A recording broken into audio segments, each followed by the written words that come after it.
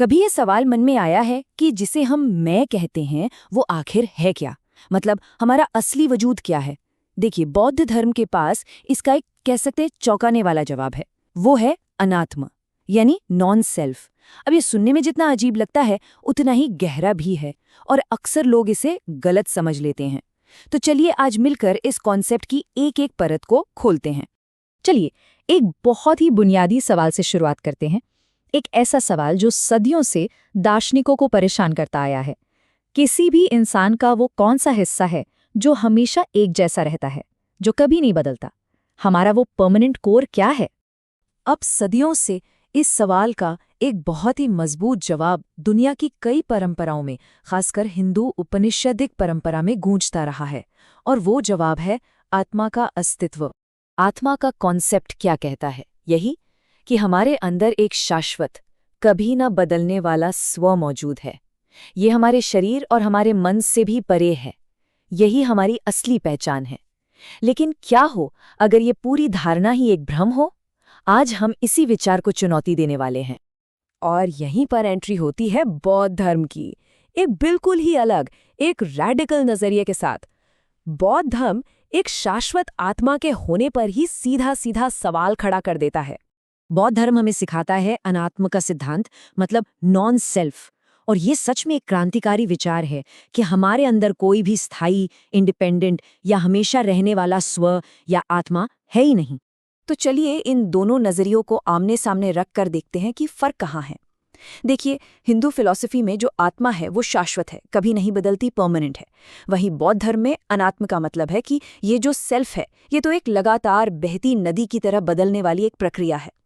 एक और बड़ा अंतर देखिए, आत्मा को शरीर और मन से एकदम अलग, इंडिपेंडेंट माना गया है। लेकिन बौद्ध धर्म के हिसाब से जिससे हम स्व कहते हैं वो तो बस 5 स्कंधों का एक टेम्पररी कॉम्बिनेशन है। और पुनर्जन्म, आत्मा के सिद्धांत में एक परमानेंट आत्मा एक शरीर से दूसरे में जाती है, पर अनात्म में ऐसा नहीं है। यहाँ सिर्फ कर्मों की एक कॉज एंड इफेक्ट की चेन है जो आगे बढ़ती है। और आखिर में मुक्ति यानी मुक्ति, आत्मा के सिद्धांत में मुक्ति का मतलब है आत्मा का ब्रह्म से मिल जाना, जबकि बौद्ध धर्म में मुक्ति यानी निर्वाण का मतलब है इस भ्रम को ही खत्म कर देना कि कोई स्थायी मैं है भी। तो अगर कोई स्थायी आत्मा नहीं है तो फिर सवाल उठता है कि ये जो इंसान है वो आखिर बना किस चीज से है? बौद्ध धर्म इसका जवाब देता है 5 स्कंधों के सिद्धांत से। चलिए इसमें थोड़ा और गहराई से उतरते हैं। बौद्ध दर्शन के मुताबिक जिसे हम एक इंसान कहते हैं वो असल में बस इन 5 चीजों का एक अस्थायी जोड़ है। सबसे पहला है रूप, यानी हमारा फिजिकल शरीर। दूसरा है वेदना, यानी हमारी फीलिंग्स, अच्छी, बुरी या न्यूट्रल। तीसरा है संज्ञा, यानी हमारे दिमाग का वो हिस्सा जो चीजों को पहचानता और नाम देता है। चौथा है संस्कार, जिसमें हमारे सारे विचार, आदतें और इरादे आ जाते हैं। और पांचवा है विज्ञान, मतलब हमारी चेतना या अवेयरनेस। और सबसे जरूरी बात यह है कि जब हम इन 5 हिस्सों को बहुत ध्यान से देखते हैं तो पता चलता है कि इनमें से कोई भी अपने आप में परमानेंट नहीं है, और ना ही ये सब मिलकर किसी स्थायी आत्मा को बनाते हैं। सब कुछ लगातार बदल रहा है। तो सवाल ये है कि बौद्ध दर्शन क्यों मानता है कि एक परमानेंट सेल्फ का होना इम्पॉसिबल है? इसके पीछे 2 बहुत ही गहरे दार्शनिक सिद्धांत हैं जो अनात्म की नींव हैं।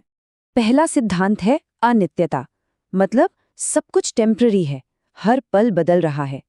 इसे समझने का सबसे अच्छा तरीका है एक बहती हुई नदी का उदाहरण। नदी हमें एक जैसी दिखती है, पर उसका पानी तो हर पल बदल रहा है ना?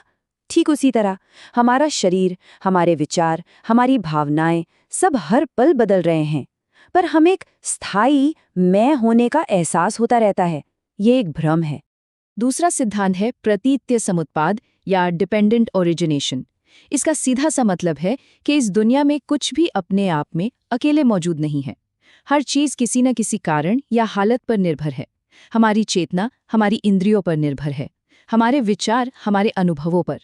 तो जब सब कुछ एक दूसरे पर इतना निर्भर है तो कोई स्वतंत्र स्थायी स्व हो ही कैसे सकता है? ठीक है, तो अगर कोई परमानेंट आत्मा नहीं है तो सबसे बड़ा और सबसे कॉमन सवाल जो उठता है वो है पुनर्जन्म किसका होता है? बौद्ध धर्म इस बहुत बड़े विरोधाभास का एक बड़ा ही दिलचस्प जवाब देता है। और यहीं पर आके सबसे बड़ा सवाल खड़ा हो जाता है ना? यही वो पहेली है जो अनात्म को समझने में सबसे मुश्किल लगती है कि भाई अगर कोई परमानेंट मैं, कोई आत्मा है ही नहीं, तो फिर मौत के बाद आगे क्या जाता है? पुनर्जन्म किसका होता है? इसका जवाब देने के लिए बौद्ध धर्म में एक बहुत ही खूबसूरत मिसाल दी जाती है जलती हुई मोमबत्ती की। सोचिए, एक जलती हुई मोमबत्ती से हम दूसरी मोमबत्ती जलाते हैं और फिर पहली वाली को बुझा देते हैं। अब जो दूसरी लौ जल रही है, क्या वो पहली वाली ही लौ है? नहीं। लेकिन क्या वो पहली वाली के बिना जल सकती थी? बिल्कुल नहीं। मतलब दूसरी लौ पहली की वजह से है, पर वो पहली लौ नहीं है।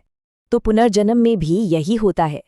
जो चीज एक जीवन से दूसरे जीवन में जारी रहती है, वो कोई आत्मा नहीं है, बल्कि हमारे कर्मों से चलने वाली कॉज एंड इफेक्ट की एक धारा है। हमारे इरादे और हमारे काम एक एनर्जी पैदा करते हैं जो मौत के बाद भी बनी रहती है और एक नए जीवन के हालात पैदा करती है, ठीक उसी तरह जैसे एक मोमबत्ती की लौ दूसरी को जलाती है। तो अब सबसे जरूरी सवाल पर आते हैं, आखिर इस पूरी जटिल फिलॉसफी को समझने का पॉइंट क्या है? अनात्म के सिद्धांत को जानना इतना जरूरी क्यों है? सबसे पहले तो एक बहुत बड़ी गलतफहमी दूर करना जरूरी है। अनात्म का मतलब शून्यवाद या नास्तिकवाद बिल्कुल नहीं है। इसका मतलब ये नहीं कि कुछ भी मौजूद नहीं है या जीवन का कोई मतलब नहीं है, बल्कि ये एक मध्यम मार्ग है जो दो एक्सट्रीम विचारों से बचता है। एक तरफ ये मानना कि एक शाश्वत आत्मा है और दूसरी तरफ ये मानना कि मौत के साथ सब खत्म। अनात्म बस इस सच्चाई को स्वीकार करना है कि सब कुछ लगातार बदल रहा है। जब हम सच में ये समझने लगते हैं कि मैं कोई ठोस स्थायी चीज नहीं है, तो मैं और दूसरे के बीच की वो जो मोटी दीवारें हैं वो अपने आप ढहने लगती हैं। इससे हमारा ईगो, हमारा स्वार्थ कम होता है और दूसरों के लिए करुणा और सहानुभूति अपने आप बढ़ने लगती है। दया और उदारता जैसे गुण खुद ब खुद पनपने लगते हैं।